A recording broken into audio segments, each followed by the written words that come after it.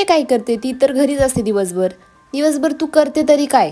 या सगळ्या प्रश्नांवर आपण आज बोलणार आहोत. नमस्कार मंडळी, कसे आहात तुम्ही सर्व? आय होप सगळे ठीक असाल.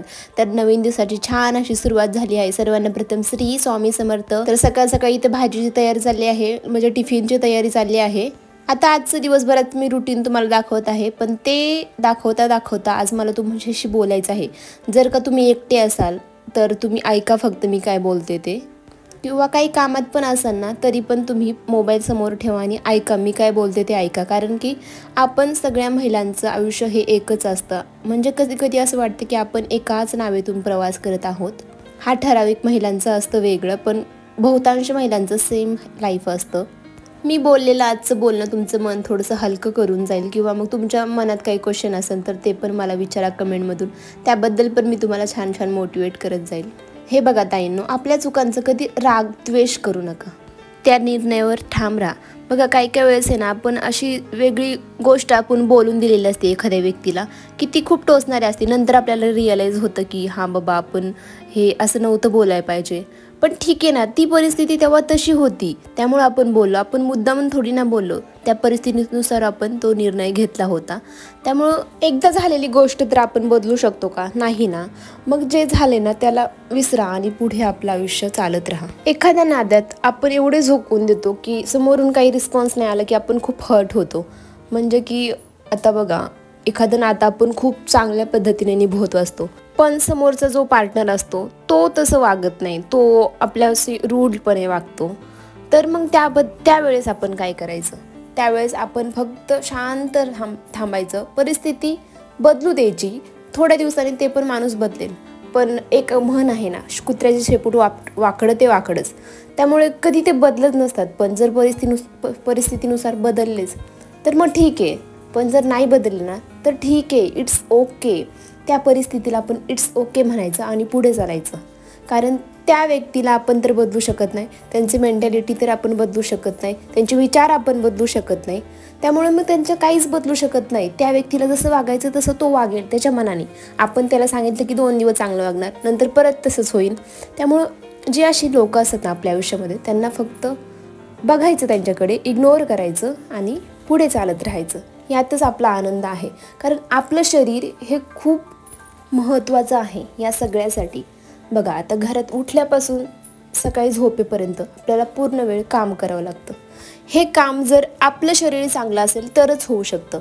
एक दिवस तुम्ही फक्त झोपून राहा, काय होतंय घरामध्ये ते पहा. म्हणजे आपण खूप महत्त्वाचे आहोत हे दुसऱ्यासाठी. त्यांना वेळेवर सगळं भेटण्यासाठी आपण खूप महत्त्वाचे आहोत. त्यामुळे पहिलं आपलं शरीर जपा, आपल्या मुलांसाठी, आपल्या नवऱ्यासाठी, आपल्या कुटुंबासाठी, आणि त्यानंतरच तुम्ही बाकीचं करा. बघा काही महिला खूप म्हणजे तळतळ करतात, खूप वणवण करतात किंवा खूप कष्टाने असं काम करतात.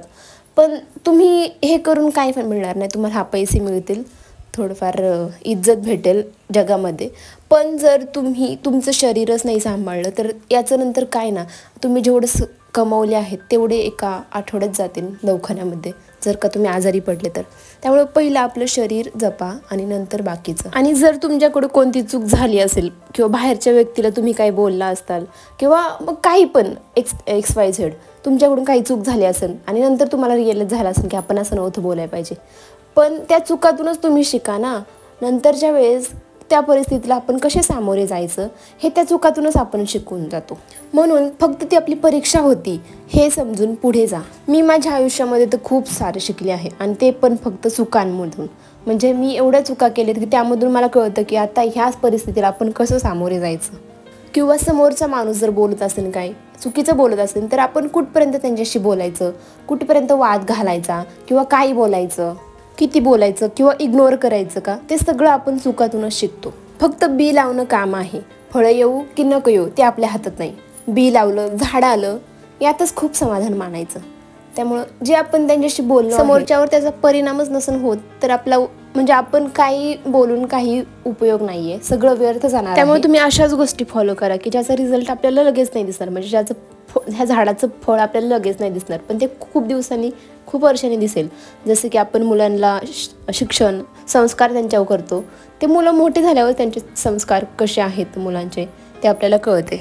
बघा आता आपण म्हणजे आपण काहीतरी शिकत असतो, आपण काहीतरी काम करत असतो किंवा आपण लिहित असतो, वाचत असतो, पुस्तक वाचत असतो, तर मग त्याचा परिणाम आपल्याला लगेच नाही दिसणार, ते हळूहळू दिसणार. हळूहळू आपले जसे विचार बदलाय जातील किंवा जसं जसं आपण माणसांशी बोलू तसं कसं कसं डील करायचं माणसांशी, तेव्हा आपल्याला सगळं कळतं. माणूस हा फक्त शिकणारा पुतळा आहे. आणि स्पेशली महिला तर एवढं काम करतात तरी पण त्यांच्याकडे दुर्लक्ष केलं जातं. दिवसभर तू करते तरी तू कुठे काय करते, तू तर घरीच असते वगैरे वगैरे असं बोललं जातं आपल्याला. आम्ही तर काम करून येतो, आम्हाला एवढं दमायला होतं, मग आपण घरी काय करतो ना, असं बोललं जातं आपल्याला. पण त्यांना आहे ना हेच सांगू शकते मी की महिलांसारखं काम हे कोणीच नाही करू शकत. अख्ख्या जगात महिलांसारखं काम हे कोणी करू शकत नाही. आणि त्यांच्यासारखं पॉवरफुल पण या जगात कोणीच नाही आहे, कारण ती एक आई होऊ शकते. यातून आपण खूप शिकू शकतो. आई होणं इतकं अवघड असतं, म्हणजे ती जी फेज आहे ती एक पुरुष नाही सहन करू शकत कधीच. आपल्याला असं लहानपणीपासून समजवलं जातं की आपण कधी थकतच नाही, म्हणजे कधी थकतच नाही आपण. पण का आपल्याला पण थकायला होतं, आपली पण कंबर दुखत असेल तरी पण आपल्याला काम करावं लागतं, आपलं पोट दुखत असेल तरी पण काम करावं लागतं, हात पाय काही दुखत असेल तरी पण काम करावं लागतं. का? कारण आपल्याला वाटतं की आपली जबाबदारी आहे, आपण नाही केलं तर तिथे कोण करणार ना काम. कंबर दुखत असते तरी पण मुलांच्या बॅग वगैरे उचलायच्या, टिफिन करायचा, सगळ्यांना वेळेवर द्यायचं, तरी पण आपल्याला तेच बोललं जातं. आणि ज्या जॉबला वगैरे असतात त्या महिलांना तर घरचं करून बाहेरचं करावं लागतं, मुलांचं करावं लागतं, नवऱ्याचं करावं लागतं, सगळं करावं लागतं. सासू सासरे असेल तर सासू सासऱ्यांचं करावं लागतं. त्या महिलांना तर सल्यूट आहे. पण जर जे आपल्यासारखं घरी असतात त्यांना पण काही कमी काम नसते. दिवसभर हे काम ते काम नवीन रोजचे कामं असतात, मग त्यातून पण थकायला होतं, खूप सारं थकायला होतं. तरी पण आपण करतोच ना, थकतो एवढं तरी पण करतोच ना.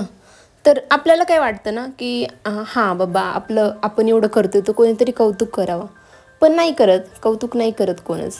पण ठीक आहे ना, आपणच आपलं कौतुक करायचं किंवा आपणच त्यांना विचारायचं की कसं झालंय आज, कशी झाली भाजी वगैरे, म्हणजे आपण कौतुक करून घ्यायचं, गोड बोलून आपलं काम करून घ्यायचं असं. आणि हो, आपली तब्येत ही आपल्या परिवाराची जबाबदारी आहे.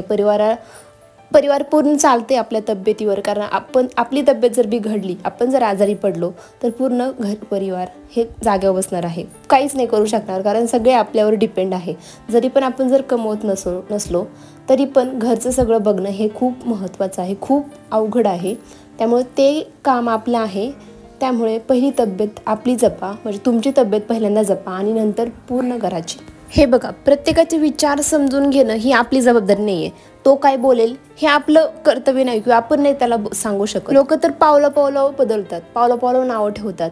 आपण जर शांत असून तर ते आपल्याला घमंडी बनतील, इगो आहे तिला खूप, किंवा आपण जर जास्त बोललो तर ती बालिश आहे खूप, ती एवढी मोठी झाली तर तिला अक्कल नाही वगैरे, म्हणजे असं बोलतात लोक. हे पावलं बदलतात आणि घरातल्याला नावं ठेवतात. बाहेरच्यांचं तर काय घेऊन बसला, बाहेरचं तर आहेतच पावलं.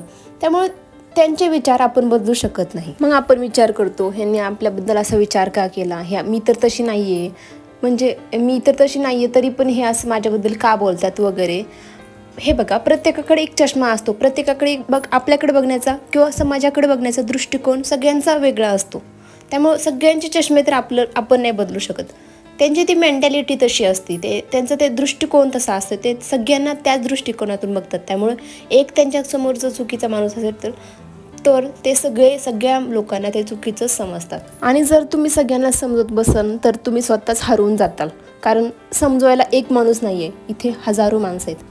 त्यामुळे आपण कधीच कोणाबद्दल वाईट विचार केला नाही किंवा कोणाला वाईट बोललो नाही आहे तर आपल्याला काहीच काळजी नाही आहे. म्हणजे आपण आपल्या मनात चांगले आहोत ना, इतरांचं काय करायचं आहे, आपण आपल्यासाठी एक बेस्ट पर्सन म्हणून आहेत. म्हणजेच आपण आपल्या चष्म्यामध्ये चांगले आहोत, दुसऱ्याच्या चष्म्याचा विचारच करू नका, कारण त्यांच्या चष्म्यातून ते बाहेरची दुनिया कशी बघते ती आपल्याला माहीत नाही आहे, आपल्याला फक्त आपल्या चष्म्याचं माहिती आहे.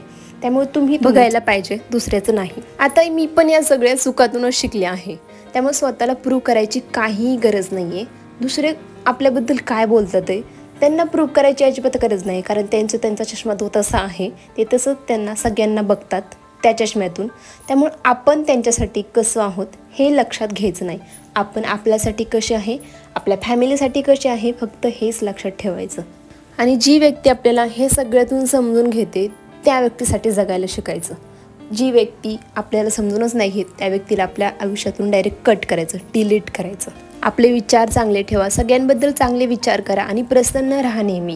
आपल्या घरामध्ये कसं पॉझिटिव्ह वाईब्स आल्या पाहिजे, पॉझिटिव्ह प्रसन्न वातावरण राहिलं पाहिजे घरामध्ये, याचा विचार करा आणि त्यावरच काम करा. आणि असे जेव्हा विचार करताना तेव्हा फक्त जेव्हा हे तुमच्या आयुष्यामध्ये होईल ना, तेव्हा फक्त आरशासमोर उभे राहा आणि बघा स्वतःच्या चेहऱ्याकडे की हीच व्यक्ती आहे, जगामधली सर्वात सुंदर, सर्वात श्रीमंत व्यक्ती हीच आहे, असं तुम्हाला रिअलाईज होईल. एकदा नक्की ट्राय करून बघा. आपण ना सगळ्या हाऊसवाईफ म्हणजे स्वतःला एवढं बिझी करून ठेवलं आहे की हे झालं काम की हे करायचं आहे, हे झालं काम की हे काम करायचं आहे. म्हणजे कंटिन्यूस आपल्या डोक्यामध्ये कामाचेच विचार राहतात. थोडंसं काम झालं की सकाळचं टिफिन वगैरे झाला की परत दुपारी थोडंसं आराम नाही केलं की लगेच मुलं त्यांचा नाश्ता पाणी, परत संध्याकाळचं जेवण, परत सकाळी बेचा पाडा सुरू. म्हणजे तेच रुटीन.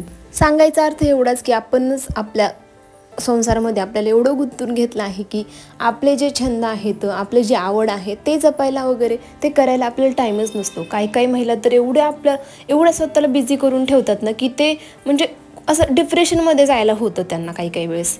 त्यामुळे ना तुम्ही ते लाईफ बाजूला ठेवा, पण त्या व्यतिरिक्त पण तुम्हाला जर स्वयंपाकात आवड असेल तर स्वयंपाक करायचा, चांगले पदार्थ खायला घालायचे घरच्यांना.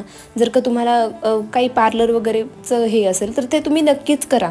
किंवा जर का तुम्हाला मेहंदी काढायला खूप जास्त आवडत असेल तर ती कशी आणखी जास्त चांगली काढू शकतो याचा तुम्ही विचार करा. काहींना वाचायला लिहायला आवडतं तर मग ते करत बसा. तुम्हाला जे आवडतंय ना ते करा, ना की बाकीच्यांना जे आवडतंय ते करा. बाकीच्यांना जे आवडते ना ते करायला गेलं ना पूर्ण आयुष्य पण पुरणार नाही. त्यामुळे तुम्हाला जे आवडते ना ते करा तुम्ही. आणि ही जी कामं करतो ना आपण घरची, ती फक्त असं बोलायला सोपी आहेत पण ती करायला खूप जास्त अवघड आहेत. अवघड म्हणण्यापेक्षा आपल्यासाठी ते अवघड नाही येतं, पण ती करायला खूप जास्त वेळ लागतो. म्हणजे अख्खं दिवस आपल्याला घरची कामच पुरवतात. आणि जे कोणी बाहेर काम करायला जातात त्यांना तर काही विषयच नाही. म्हणजे घरातलं पण करा आणि बाहेरचं पण करा, त्यांना तर खरंच सेल्यूट आहे. बघा आता समजा भाजी आणायला सोपी आहे, आता आणून देत असतील आपले मिस्टर वगैरे, पण ती टाकायला ती करायला किती वेळ लागतो. त्याचा मसाला वगैरे काढा, परता, त्या भाजीला शिजायला खूप जास्त वेळ लागतो. म्हणजे भाजी आणणं सोपं आहे का, भाजी करणं सोपं आहे, ह्याचा तुम्ही विचार करा आणि त्यानुसार काम करा. थोडक्यात मला फक्त एवढंच सांगायचं आहे की आपण आनंदी राहा. आपल्या कामाचं कौतुक या जगामध्ये कोणीच करणार नाहीये. हे काम सगळ्याच महिलेला करणं आहे, हे आपल्याला पहिल्यापासून सांगण्यात आलेलं आहे. सासरी गेलं की हे काम तुला करायचंच आहे, कोणी करो नाही करो हे काम तुला करावंच लागेल आणि तू शेवटी जेवायचं, असं सांगितलेलंच असतं आपल्याला. म्हणजे पहिल्यांदा पूर्ण घराचं पोट भरवायचं आणि नंतर आपण पोट भरवायचं, हे साप चुकीचं आहे. जर घराचं पोट भरणार असेल तर त्याआधी पहिलं आपलं पोट भरणे गरजेचं आहे. आपण जर स्वस्त असू तर पूर्ण घराचं आपण पोट भरू शकू, हे लक्षात ठेवा. तुम्ही ना एकदा हे ट्राय करा. म्हणजे तुम्ही ना तुम्हाला जेव्हा फ्री टाईम असेल ना तेव्हा एकदम शांत ठिकाणी असे बसा. तिथे मोबाईल नाही, टी व्ही नाही, काहीच नाही पाहिजे. फक्त तुम्ही आणि तुमचं डोकं, विचार तुमचे. फक्त तुम्हाला वाटलं तर तुम्ही तुमच्या देवाचं नामस्मरण करू शकता किंवा फक्त शांत बसायचं आणि थोडा वेळेस फक्त 10-15 मिनटं. आणि त्याच्यानंतर तुम्हाला एवढं हलकं वाटेल, एवढं छान वाटेल की आपण थोडा वेळ पूर्ण जगाच्या व्यतिरिक्त होतं. म्हणजे घर नाही, संसार नाही, मुलं नाही, बाळ नाही, एकदम वेगळं आपलं लाईफ होतं असं तुम्हाला वाटेल. म्हणजे एकदम माइंड किंवा डोकं फ्रेश होऊन जाईल आणि तुम्ही त्याच जोमाने काम करायला लागता पुढचं. म्हणजे पूर्णपणे आपला थकवा निघून गेल्यासारखं होईल. जेव्हा आपण स्वतःसाठी वेळ घालवतो ना, स्वतःसाठी आपण वेळ देतो ना, तेव्हाच हे पॉसिबल आहे. त्यामुळे तुम्ही स्वतःसाठी वेळ द्या. आणि जेव्हापासून मला कळलं आहे ना की हे असं शांत राहून आपण खूप आनंदी राहू शकतो, म्हणजे आपण आपल्यासाठी टाईम दिला तर खूप आनंदी राहू शकतो, तेव्हापासून मी हे करते. आणि तुम्ही पण करून पहा. आपला असं एक घरामध्ये कोपरा शोधा किंवा तुमची बाल्कनी वगैरे असेल जिथे एकदम फ्रेश वाटेल, एकदम प्रसन्न वाटेल, असा कोपरा तुम्ही घरातला शोधा आणि तिथे थोडा वेळ आपल्यासाठी द्या.